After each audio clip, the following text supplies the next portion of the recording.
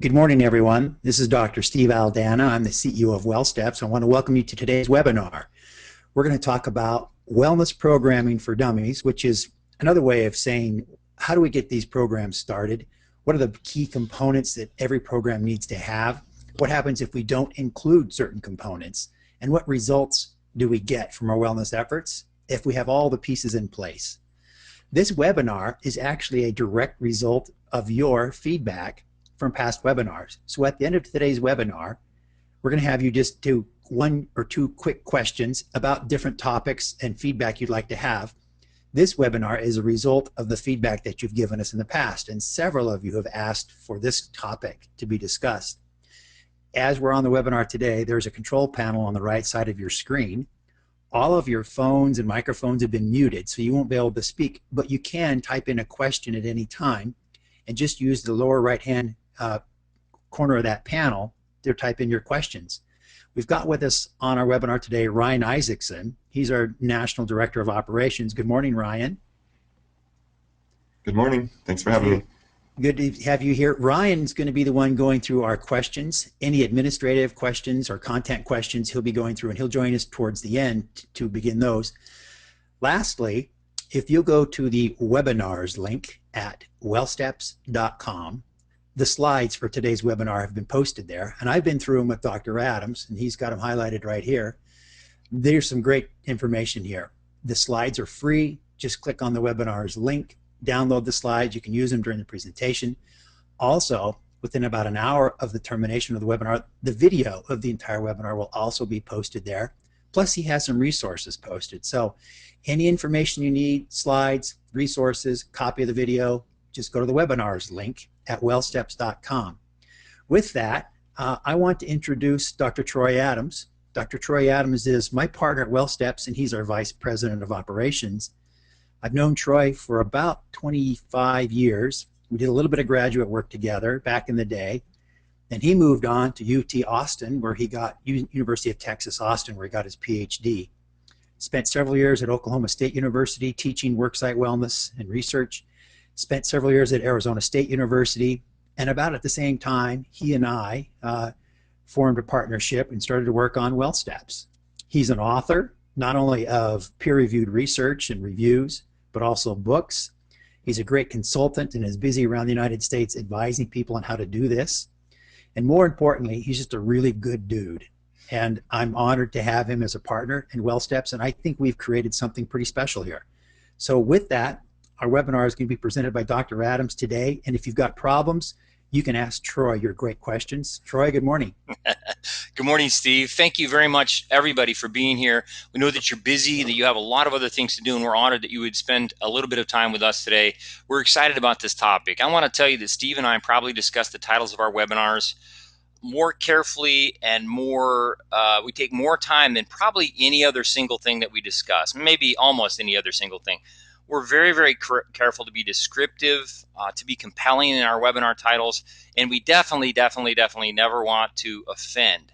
So we are not suggesting that anyone on the webinar today is a dummy.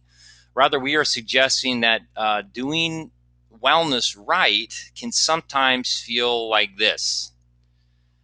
It can be downright confusing, frustrating, maybe even perplexing.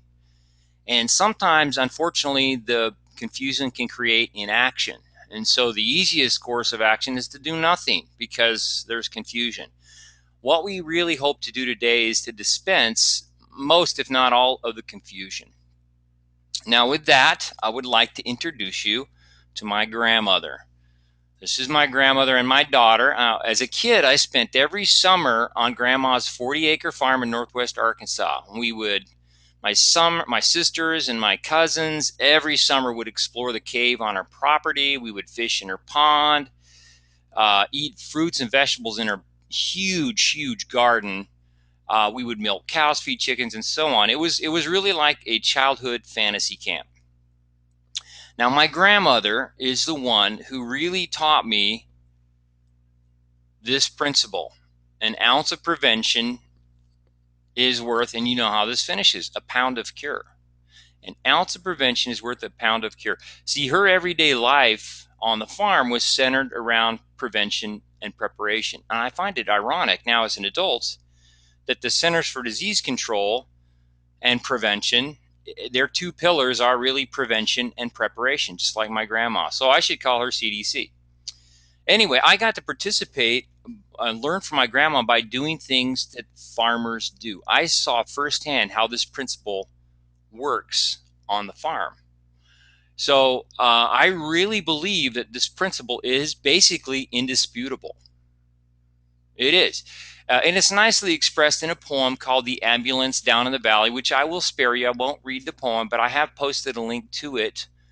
Again, if you go to our webpage, click on webinars, and then look down in the archives for the webinar slides today, you will see a link to this poem.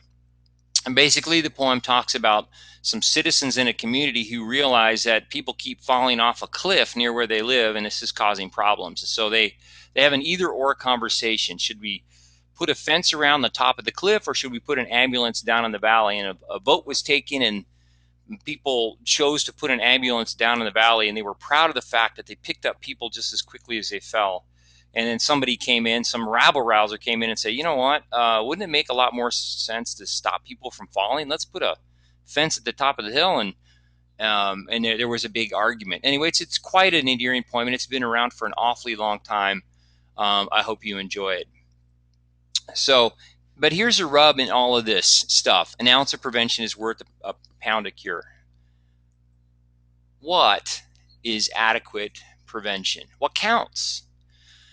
An ounce of prevention is only worth a pound of cure if it's made of the right stuff and if the dose is right. That's why I'm going to focus today on how to design an effective wellness program, one that has a big enough dose and that is made of the right stuff. So here's our agenda today. I'm going to spend very little time defining the problem. I'm going to talk about 2 tests of program effectiveness and then outline 4 steps of designing an effective wellness program. I've tried to make this as simple as possible. And again, we welcome comments. I welcome your email questions and follow-up. In fact, I will get many of your emails. And of course, we posted the slides for those of you just joining us. Go to Well Steps, click on webinars on the lower right-hand corner, and then scroll down to archives, and you'll find the slides. So let's get started. What is the problem? Well, right now, the problem is this.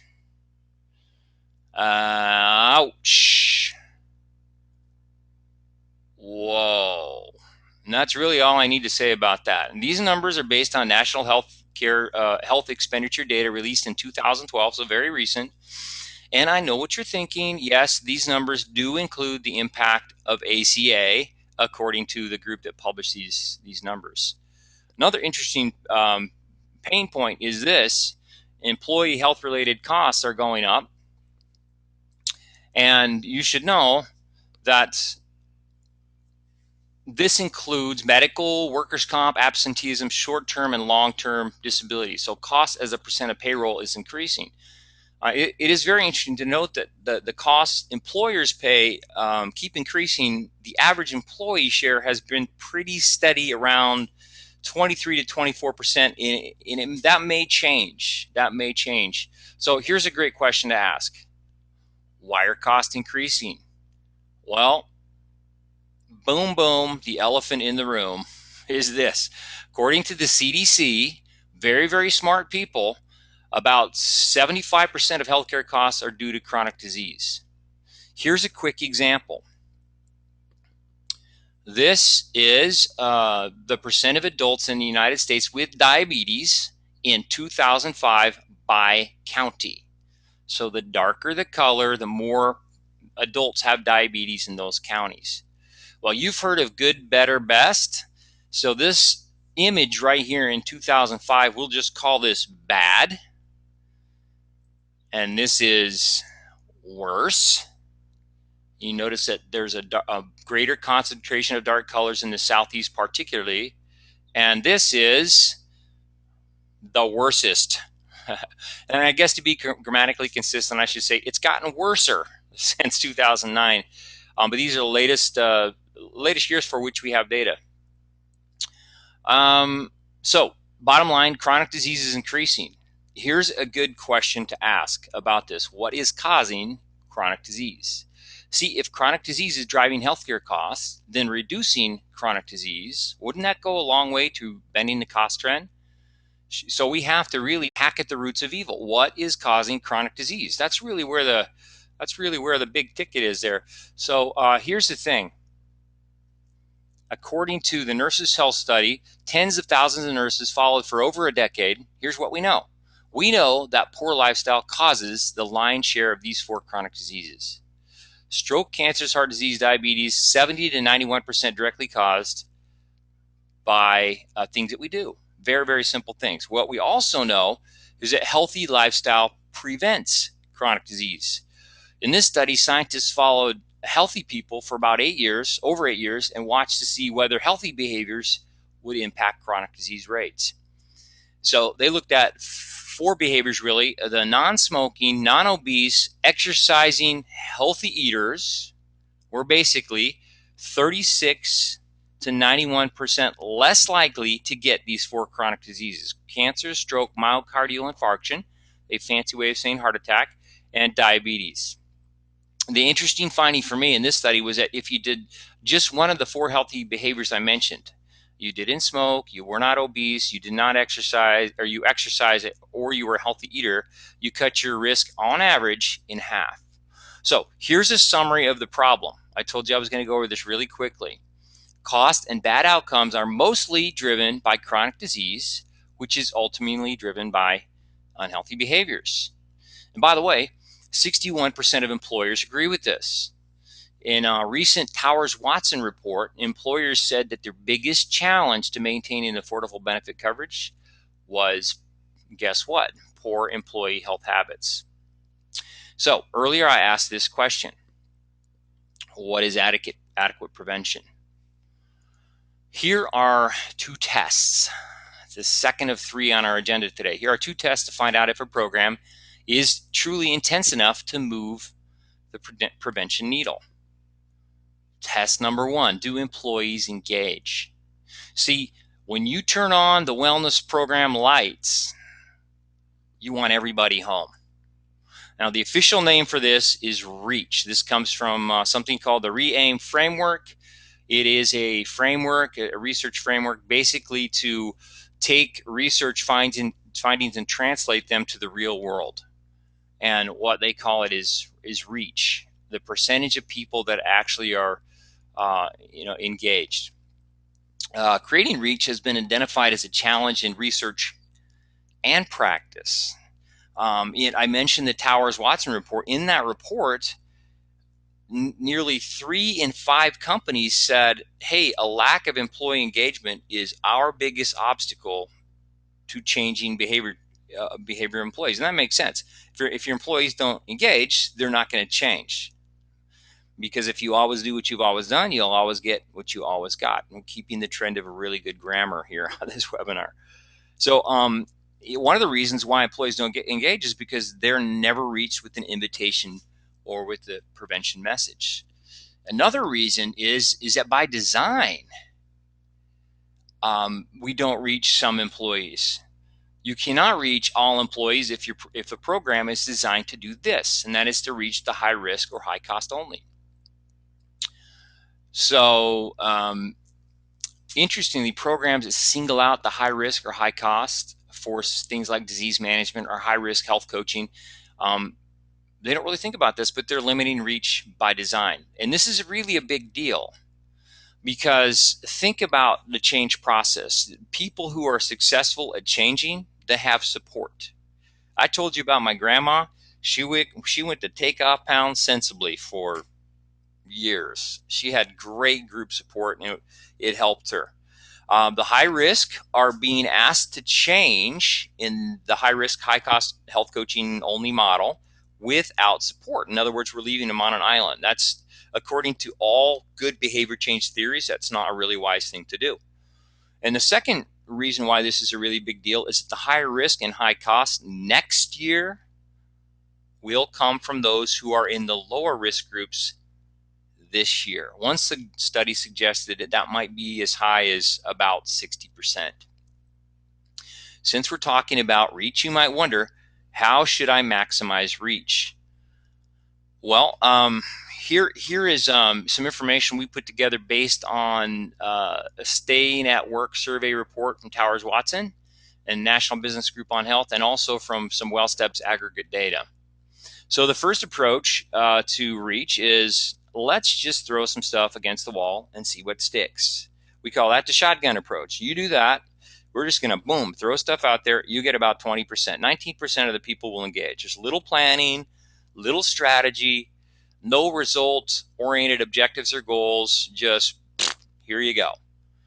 Now, what happens if you shotgun it, but you add incentives to that? It's interesting that you can increase substantially the reach that you get just by adding incentives. Another 27% of the people will engage. Now, notice you're still not quite up to 50% right there.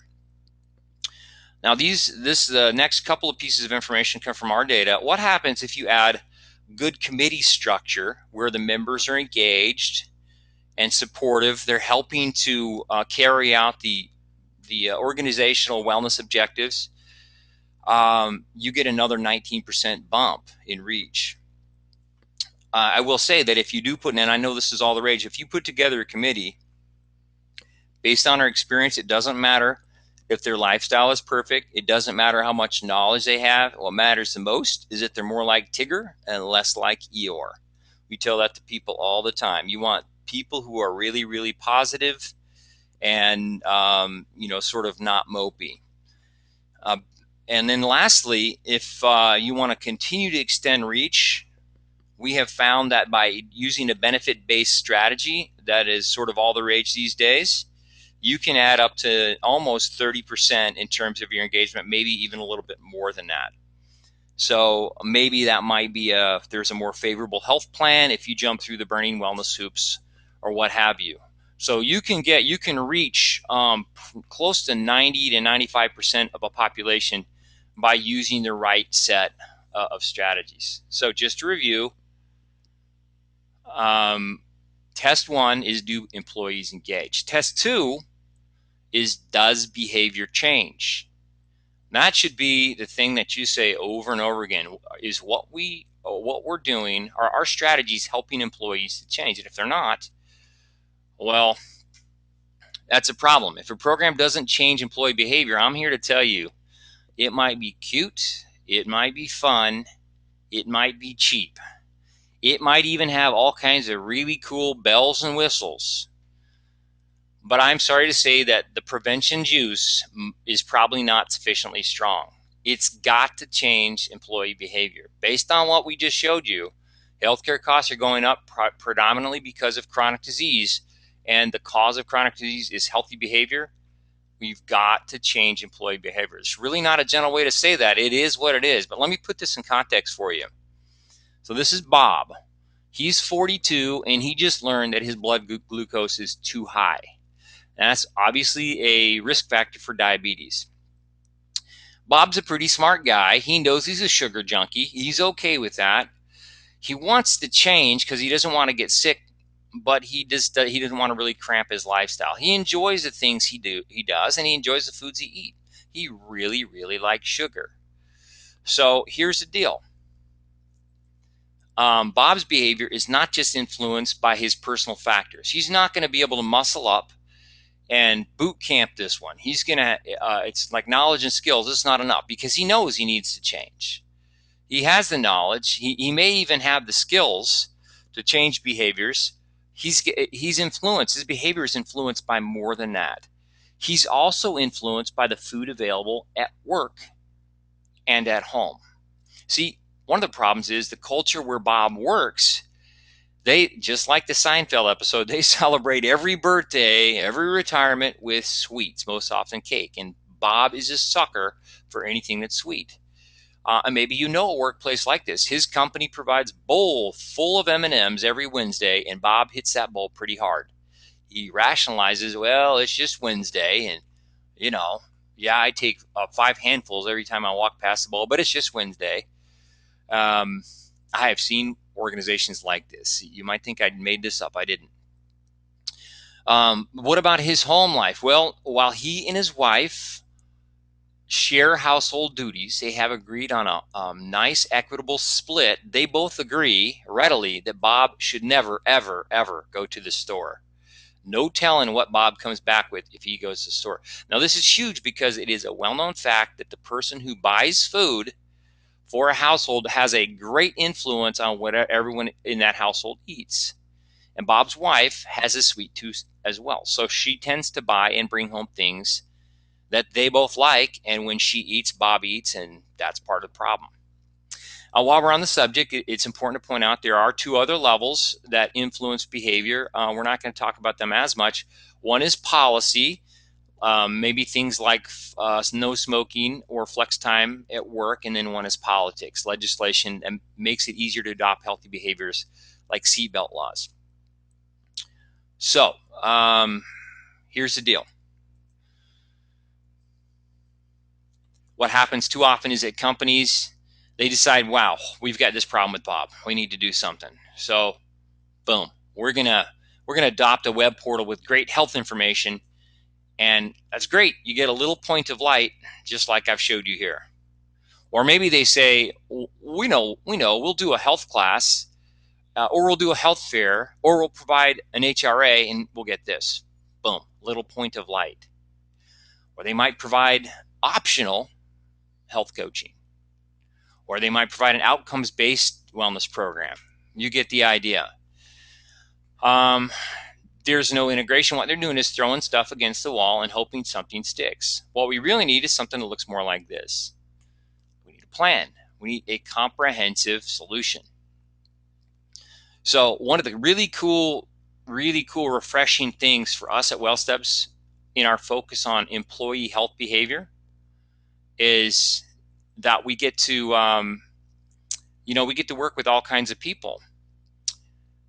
And so, for example, what happens if you're somebody who wants to prevent diabetes? Well, what do? You eat healthy food and move. What about employees with pre-diabetes, people like Bob? Guess what? Same answer.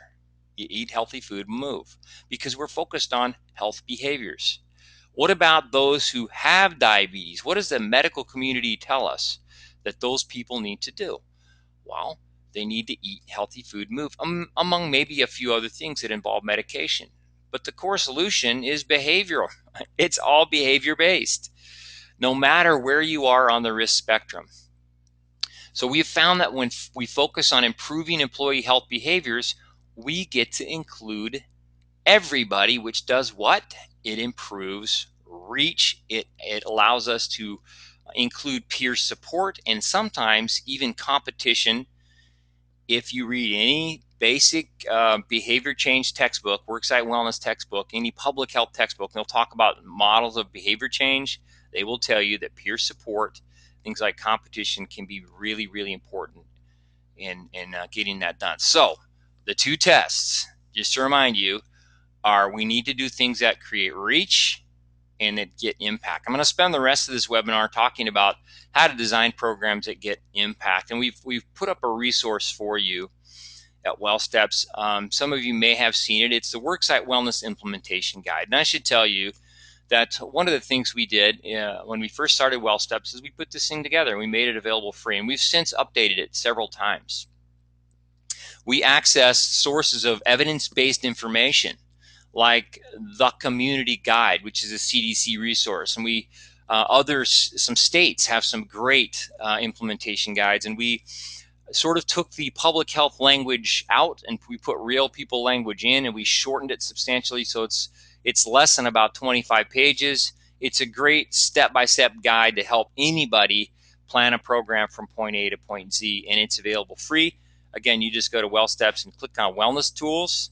That's where you'll find all of our other wellness tools, but you'll find the Worksite Wellness Implementation Guide right there. We encourage you to go there. So wellness programming for dummies. This is the take home here. How do we design programs that have impact? Remember, when we say impact, it's really code for changing behavior. So the first step is really prepare, is to make sure that you have support. Support is crucial in terms of sustainability. Nobody wants to go to a lot of work to create something that helps people only to see it die and fizzle. they all want sustainability. So the most important kind of support really we found in our experiences from the senior leader. So I just included a couple of things here, good, better, best. Good is a photo and a letter of support from the CEO. We have found that we can get that if we write the letter and provide it to the CEO and keep pestering somebody. A lot of companies are great. A lot of the CEOs are really engaged, not in every case, but we've tried to make it really, really easy when we do that. That's good. Even better than that, you get a CEO who talks about the program.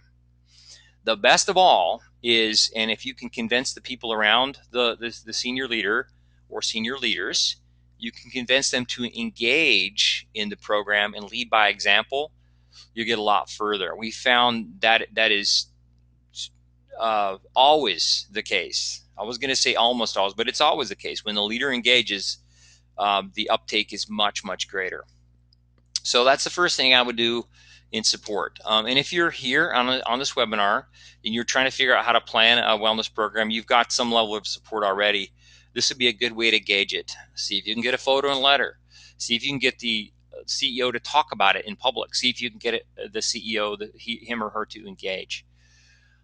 You also need, and it's very helpful to have a wellness committee headed by positive responsive coordinator with a champion at each site. We have one customer, WellSteps, who calls them heroes. I love that. Heroes. These are heroes, people who are going above and beyond. They've got a job, they've got training, and they're doing this wellness thing on top of all of that. Those are heroes.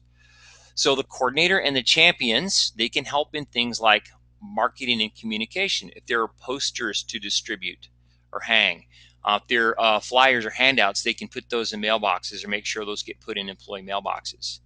They can help distribute behavior change tools like books or pedometers. They can help guide the types of behavior change efforts. We'll talk about setting goals here in a second that are most likely to work, and the incentive strategy that's most likely to work in that culture. This is having a committee is really, really important when an outside vendor is used, because the vendor is never going to know the ins and outs of the company culture, but a committee will. A committee will know what will fly and what will not fly. Again, just to remind you, the primary quality for a champion ought to be enthusiasm and participation, more like Tigger, less like Eeyore. From our experience, we've seen participation up to 10 times greater in multi-site companies where we had a positive engaged champion at one site versus another site. They make a huge difference. So this probably is one of the most critical things in the preparation stages. Make sure you choose a good committee. All right. Just a couple of notes about effective committees. Meeting frequency, probably every 2 weeks until implementation is reached, and you can back off to every other month or so. You don't want to meet too often. You burn a committee out. And then the meeting agenda ought to include setting goals for the wellness program. And then once you've got goals, you can move on to other things. Obviously, goals are best when they are measurable. It's hard to measure a goal like we want everyone to be happy. But goals that are measurable, they usually involve numbers. Healthy People 2020 is a decent resource for that. I'm going to share with you something about Healthy People 2020 here in a second. It implies when you're doing measurable goals that you've got a baseline. And that means a health risk appraisal. And again, I'm going to talk about that in a second as well. So once you've got goals for the program, every subsequent meeting, every single one should have one primary agenda item among, of course, all the others. And that is, how can we best change employee behavior? What are we doing to change employee behavior? And it doesn't have to be big and dramatic. Simpler is better. You can focus on a really, really simple behavior change. One of the early agenda items might also be to choose a vendor partner who can help the committee, work on and achieve goals that have been set. I do think it's important to mention that a healthy vendor relationship is one that looks more like this. Let's work together to create a healthy culture, not one that's like this. Let's outsource this wellness problem so we don't have to worry about it. Engagement and buy-in and support on the inside is critical if the wellness spaceship's ever going to get off the ground and the bus is ever going to leave the station, whatever metaphor you want to use. There has to be engagement and participation with vendors from an internal wellness team. Okay, Step one was to prepare. Step two is to assess. In here, you're going to want to assess at least a couple of things: behaviors and risks, and also culture. Because a good program, again, will be like everything will be lit up. You'll be trying to change employee behavior, but you'll also be trying to change the culture that influences behavior. And it's not as complicated as you might think. It's actually very simple. So let's talk first about assessing behavior and risks. Now, biometric data is one way to assess risk. One thing you may know is that screening it can be expensive and can consume an entire wellness budget for a year. I do have some recommendations for how to do biometric screening more cost effectively here in a second. Perhaps the most common way to assess behavior and risk is EHRA. All of you have heard of HRA technology. There are several choices that you get to make when you use a health RA, a health risk appraisal. Many carriers have them and offer them for free. Now, they're not really free. Cost is just bundled into the rates that you're paying, but it is nice and enticing to use something in which there's no additional out-of-pocket. Before you do, though, you should ask these questions. Will you agree, carrier, in writing to give us de-identified data at the end of the year? I've seen cases where that winds up being kind of a tug-of-war at the end of the year, and that's unfortunate. And secondly, when we request an aggregate report, what is a typical delivery time for that? If it's going to take more than, say, 2 days, it's too long. You need to act on the information that you have available, and it needs to be probably, in this day and age, should be ready real time. You should also remember there are basically three purposes for an HRA. I made this simple, ABC. The three purposes are to raise employee awareness around health issues. It just gets them thinking. That's all it does. I wonder what would happen if I change this behavior. Awareness, that's it. Second purpose is to collect baseline data. If you're going to know whether or not you achieved anything at the end of a year or 2 years, you got to have some data on which you can benchmark.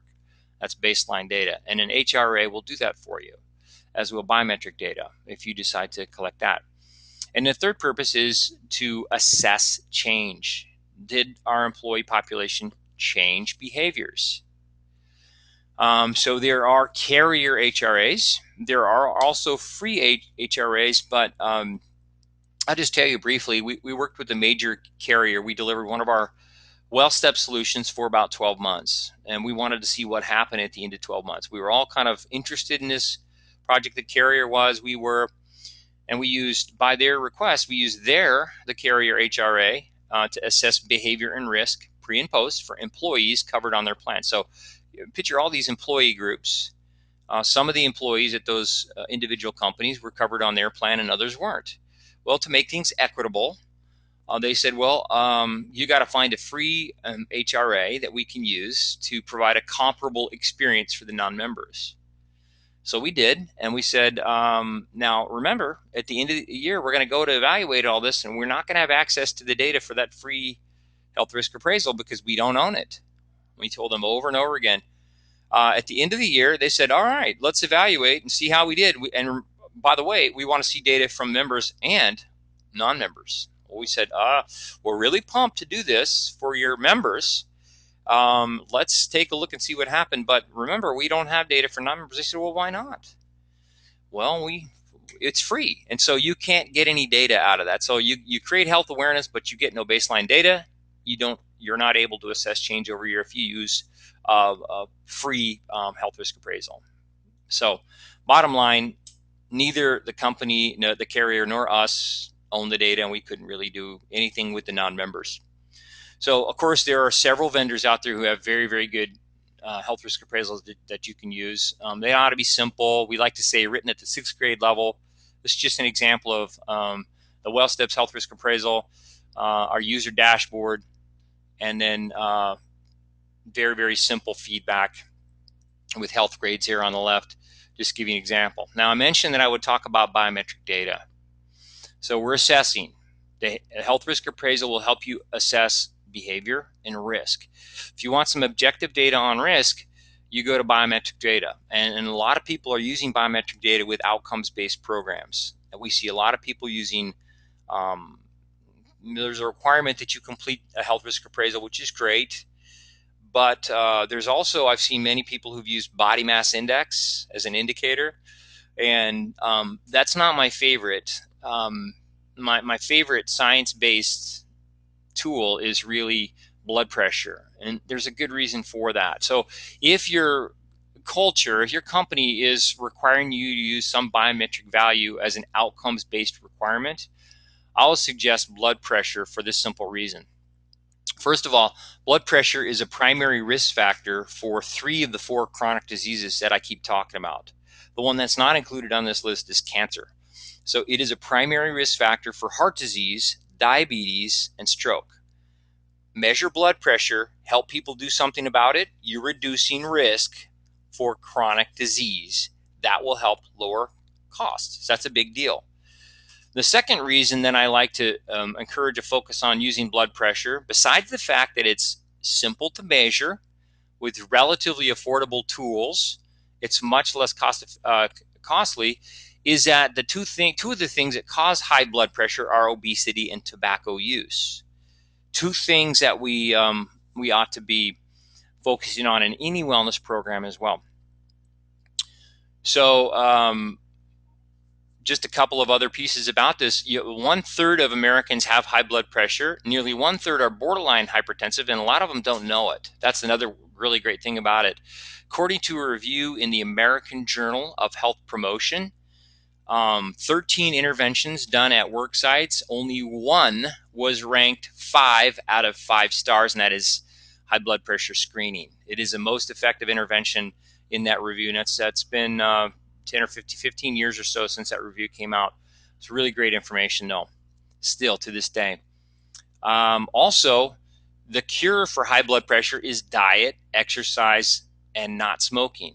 Are you with me? These are employee behaviors. So you're getting down to a behavioral focus. And I think for me, the most important reason why I recommend high blood pressure as a biometric measure is it is what you have versus what you are. People who are large, if you make their health insurance depending on their body mass index and what they're doing about it, they're large, they know they're large, and some of them have tried for years and are incredibly frustrated with efforts to lose weight.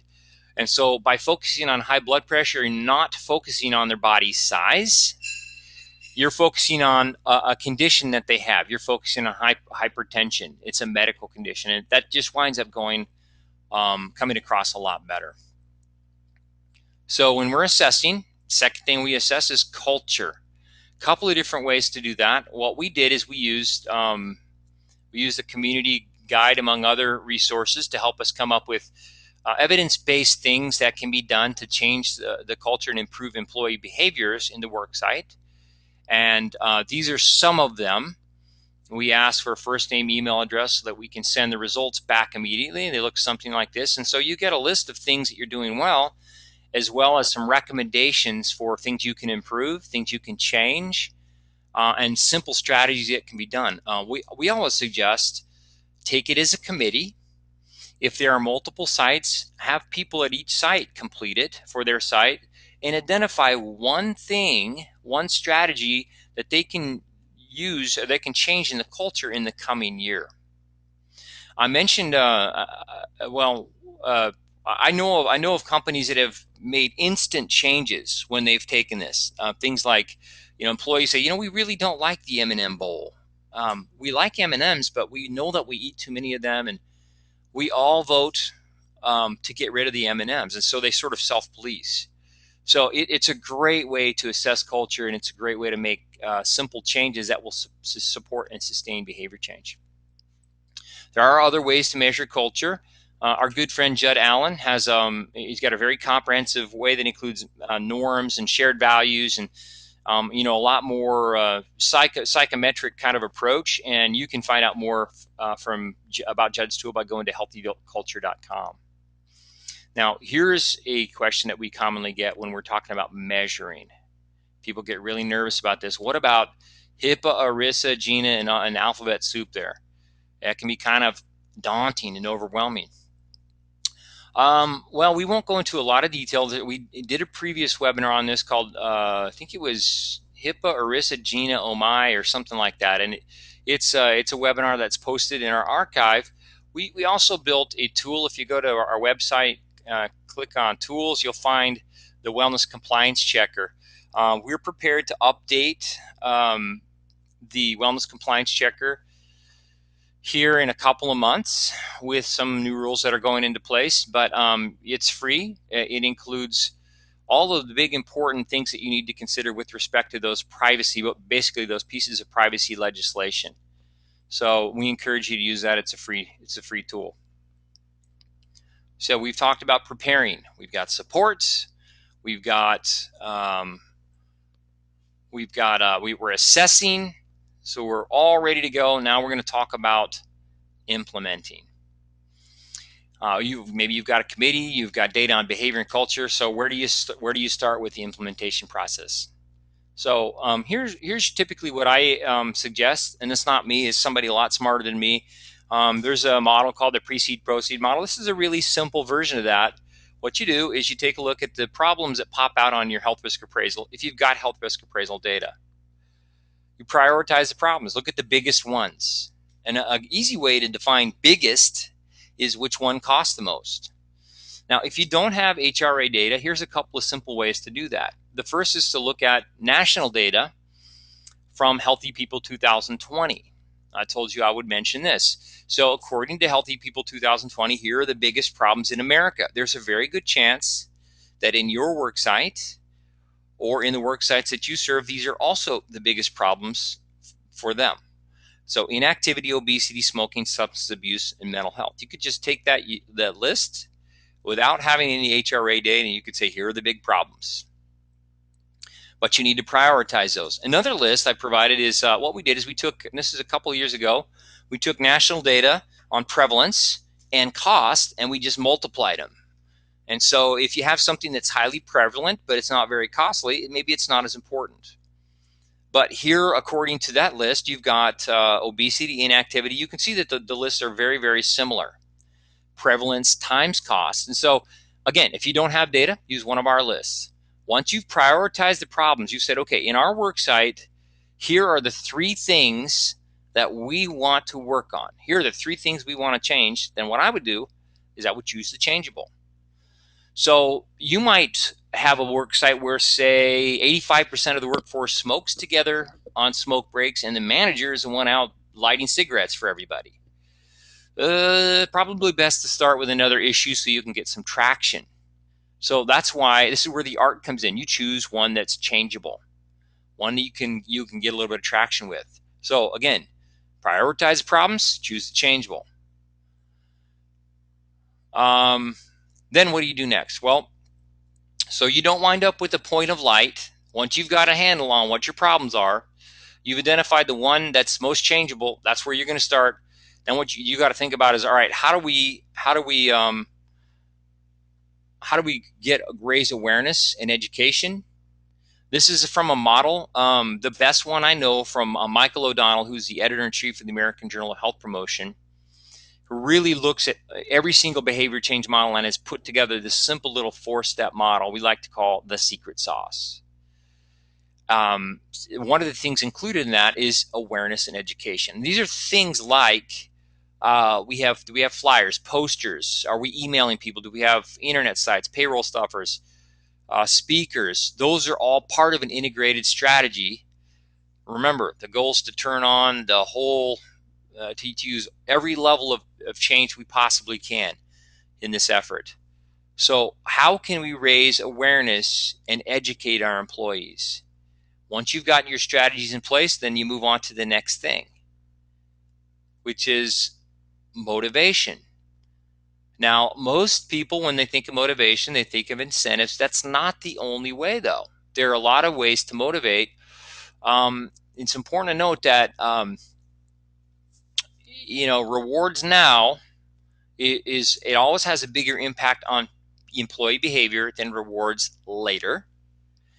And a cost that somebody has to pay now is a much bigger deterrent to bad behavior than it would be if the costs were occurred later. These are some simple principles from behavioral economics. And unfortunately, many programs and interventions involve immediate costs with delayed and sometimes uncertain benefits, which is exactly backwards.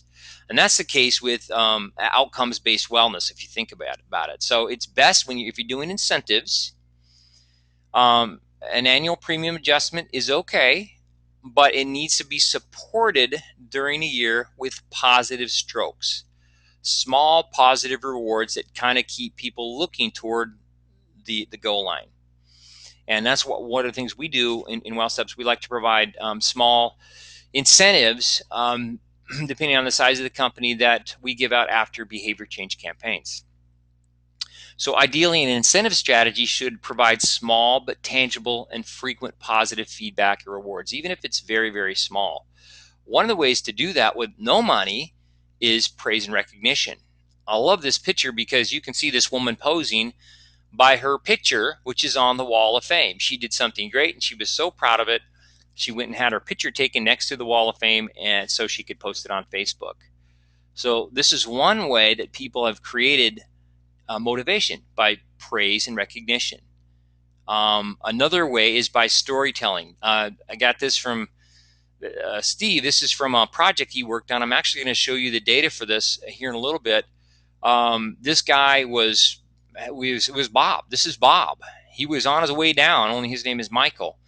He had a problem with diabetes. He changed his lifestyle and he became healthy and wound up not taking diabetes meds and didn't have diabetes. And so this is his story. This is another way to motivate, is telling success stories, how people did.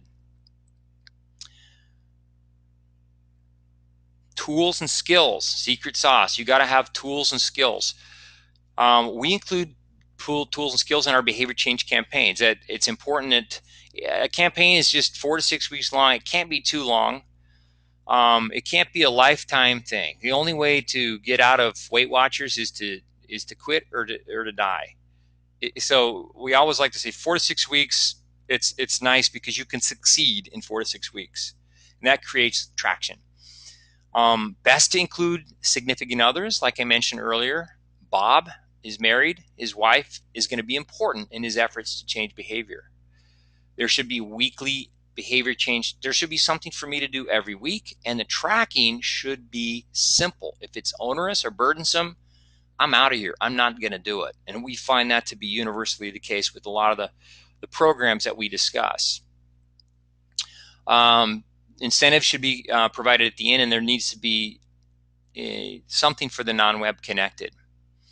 This, I want to show you this as an example. This is a tool. I want to be active in Philadelphia. I don't know how. This is a tool. You can take one of these routes and you can be healthy. At your work site, you can use Google Maps and plot a 1-mile course around your place of work, even if you don't work in a wooded area. I know people who have done this.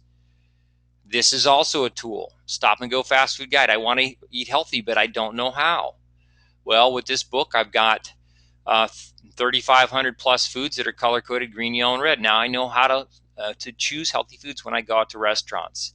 This is a tool that we use in our behavior change campaigns. Skills, tools and skills. Remember, tools and skills include things like finding and preparing vegetables. You'll be surprised. People don't often know how to do that. How to modify sleep environment, how to make food substitutions when cooking, and how to balance demands on time. And of course, the last piece in the secret sauce is policy environment. We showed you some assessments that you could use earlier, but policy and policies include things like no smoking policy, flex time to enable exercise. Many companies have policies like this, but probably a bigger piece in all this, well, an important piece in all this is the environment. This is one work site. They got artwork from kids, and they use artwork to line the walls. Notice that the stairwell is clean, it's well lit, and so people were motivated to climb the stairs, show people, look, this is what my kid did. They rotated the artwork. It's a great way to modify the environment to encourage a healthy behavior. Some other things that might be included, things like healthy food in the cafeteria or vending machines. Again, you don't have to do everything. You just pick one. Maybe a farmer's market on site, There's something called community-supported agriculture. It's not too hard to arrange your worksite as a place where people can pick up healthy food, healthy fruits and vegetables grown by local farmers. Walking paths around your place of work, I mentioned that one, maybe on-site showers or lockers. And the last piece in all this is to evaluate. And this need not scare you. I mean, the simplest level of evaluation is whether people participated. People tend to vote with their feet. And so if they like what you put together, they're going to participate. And if you marketed it well, they're going to participate. Also, you can assess after the fact satisfaction. Did they engage and were they happy about it? But getting back to the point of all of this, again, we don't want to just throw things on the wall and see what sticks. We want to change employee behavior. And so at some time, at some level in the maturity of a wellness program, there really needs to be a decision on whether to on how to measure change in behavior, risk, disease, and cost. And I want to show you how we've done that for just a few customers. Remember, important question: how does it change behavior? So we look first at this first part. Does what we do change behavior? This is some data from a water treatment plant with about 350 employees. They had pretty high participation, and here's what happened in terms of their behavior change. This is exercise per week from baseline to year 2. Number of days per week went from 2.5 to 3.2, 23% increase. I'm just going to go over these quickly. Minutes per week of exercise up 53%, and then you notice that the change was sustained. Fruit servings per day up 15%. These are data from a real customer with real people. Fruit vegetable servings per day up 9%. A lot of people, we actually had some of the folks who worked here say, well, we only on average increased a half a serving of fruit per day. You go to a public health educator and say, we have an intervention that increased fruit servings a half a serving per day. They would say, what did you do? Because that's huge. That's huge. All right, so does it change behavior? Yep, looks like it does. And we've got other evidence to support this also. All right, what about the next piece in evaluation? Does it change risk? Well, this is from another customer. This is what we did is we looked at baseline, systolic blood pressure, diastolic blood pressure, and glucose. These are the averages for the high risk at baseline. 149 over 86, and then 116 for glucose. After the 1 year of the intervention, there was a 3.5 to 9.5% drop in those three metrics. Cholesterol actually changed even more, and the best news is there was incredible reach. About 95% of the people participated in this particular program. So does it change risk?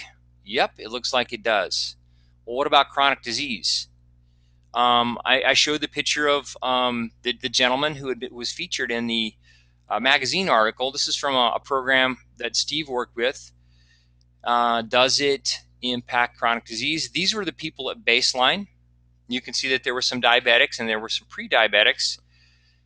In terms of the follow-up at 6 months, here's what happened.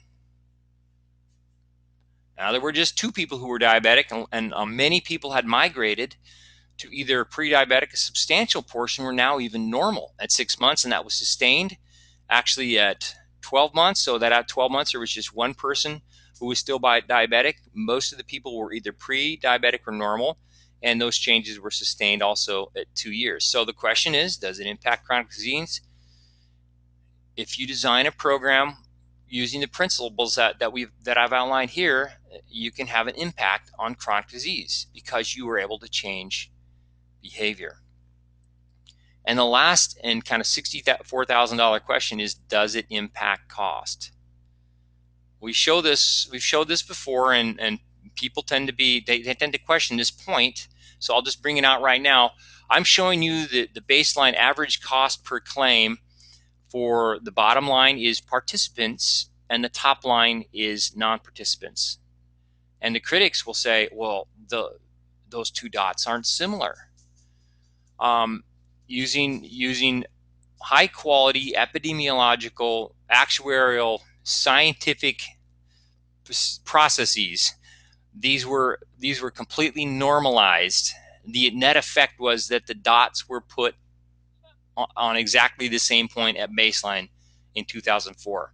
So what impact did it have on costs? The projection was that there was a substantial impact on cost between participants and non-participants on the order of about a 3.32 ROI. Now, we'll say that this particular program, that there was a lot of emphasis on incentives. There was a screening and some very, very simple campaigns, but what they did had an impact on cost. So, evaluation.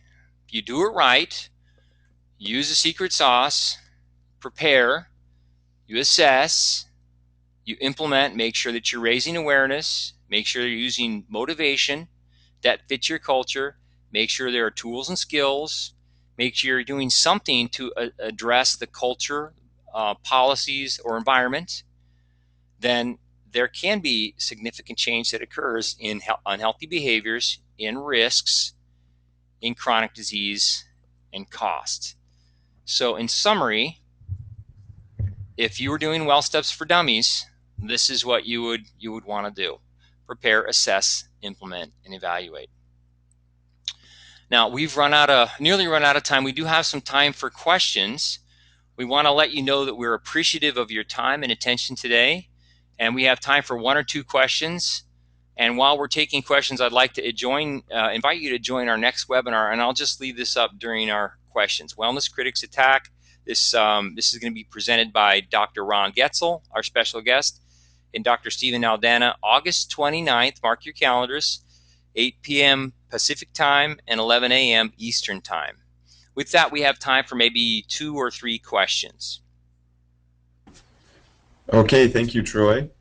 Well, we don't have a lot of dummies on here. We have some really good questions and no bad questions, so this definitely isn't a dummy group. So one question that came up is, in the beginning you talked about, kind of a 4-step process for increasing participation, starting with a shotgun approach and improving participation.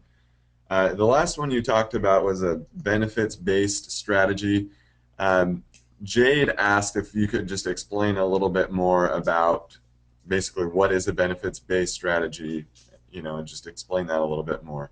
Okay, that was just a really broad way of saying that if you want to increase you want to increase reach, you do this in a really careful, planned way. You can come up outcomes-based wellness, where you have a wellness plan. If you do certain things, you pay less, lower health insurance premiums. But if you refuse to do those things, then you pay higher premiums. That's one very simple way of doing a benefits-based strategy. That's sort of what I meant. Okay, thanks. One of the items you talked about was teaching skills. The different skills. What is the best way to convey and teach those skills? What are some of the mediums that can be used for that?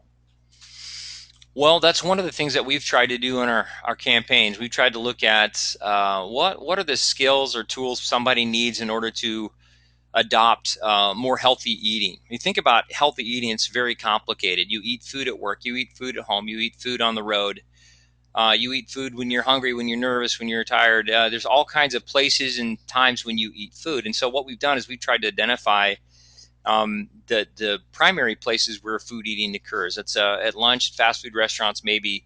So we have a campaign built on that where we provide a tool, and maybe there's another campaign where a skill might be, all right, I didn't know that it's really not wise to shop in the middle aisles. That's where most of the junk food is displayed. About 60%, if you rated the food, green, yellow, and red in grocery stores, about 60% of the food in the grocery stores is actually red. It's not good for you. And that's excluding, of course, things like shaving cream. But if you shop the periphery, most people know this, then you're on this call, you know this, but a lot of the people who are employees, they don't necessarily know this. That's a skill. Just staying on the periphery, shopping, and then knowing what to buy, taking it home, hooking them up with a resource so they can find simple recipes that fit their lifestyle that are actually healthy, and working with them through the process of cooking that's a skill. So those are some examples of skills, very simple things that people may not know how to do. We assume that they do. If we can help them learn those skills, we increase the likelihood that they adopt and maintain a healthy behavior. Great. Do we have time for one more? Sure, we have time for one more question. Okay, Teresa asked, she wanted to know what is the typical composition of a wellness team to implement a typical wellness program. Basically, who's needed? Is it that she asked is a staff health educator, or analyst, claims analyst, manager? Who would be, how many players would need to be involved as far as a wellness team? Well, there's a functional limit on committee size, and I would say you never want to get any bigger than 12. Then you get too many opinions. It's difficult to come to consensus and decision because there are just too many voices. So we always suggest that you want to keep it at a maximum 12, at a minimum 6. And the composition can vary according to how many sites a company has, the kinds of people they want represented on the committee. But if there's any one person that has a say who's on the committee, I will underscore 100 times the point I've made twice now, and that is the people on the committee. They ought to be happy, positive, constructive, engaging kinds of people, because employees will follow those people. They're much more likely to follow, and that's an essential ingredient to a committee. So 6 to 12, focus first on their personality. You want the committee meeting to be the kind of meeting where you leave laughing. Everybody walks out of the room laughing, having fun. You can do that, you've gotten a long way. Beyond that, your organizational politics will dictate whether somebody from HR has to be included, et cetera, and so on.